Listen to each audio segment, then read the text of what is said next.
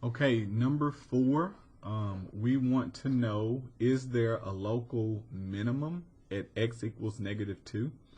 Okay, so let's find out what that means. So let's go back to the text.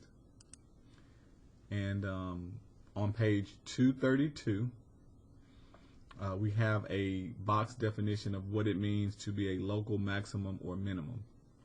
So this is the more formal definition. What is explaining is we'll have a set of numbers or a range or part of the graph that we're focused on.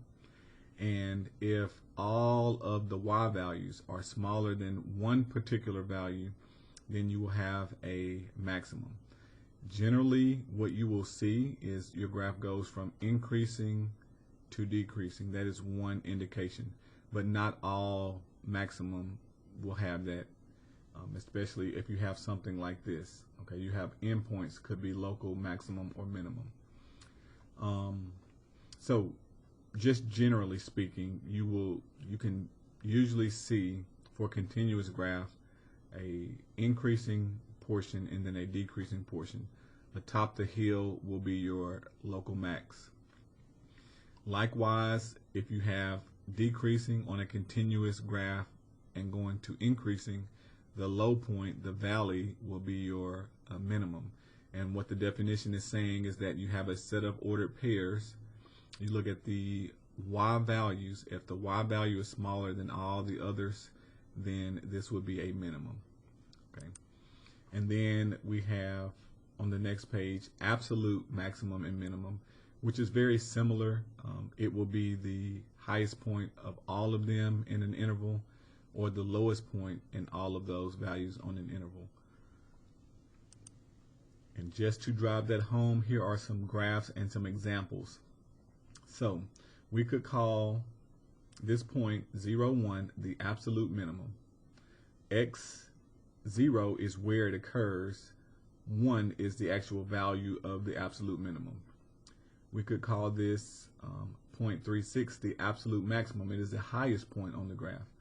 3 is where it occurs. 6 is the value of the maximum. And then we have what we call 4, which would be a local minimum.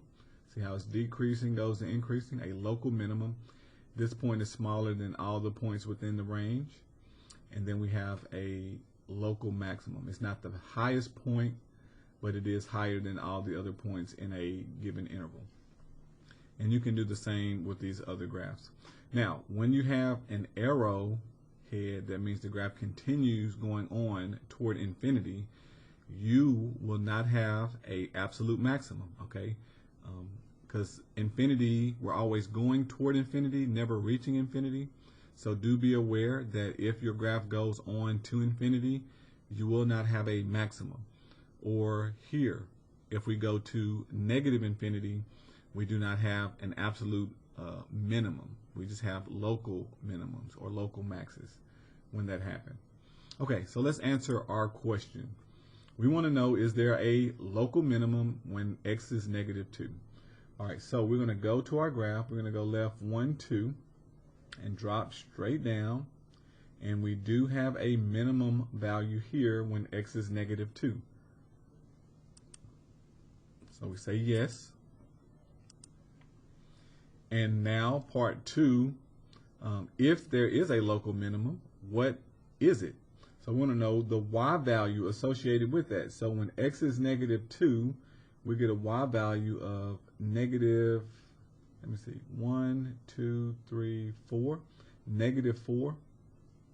So our minimum value there, y would be -4.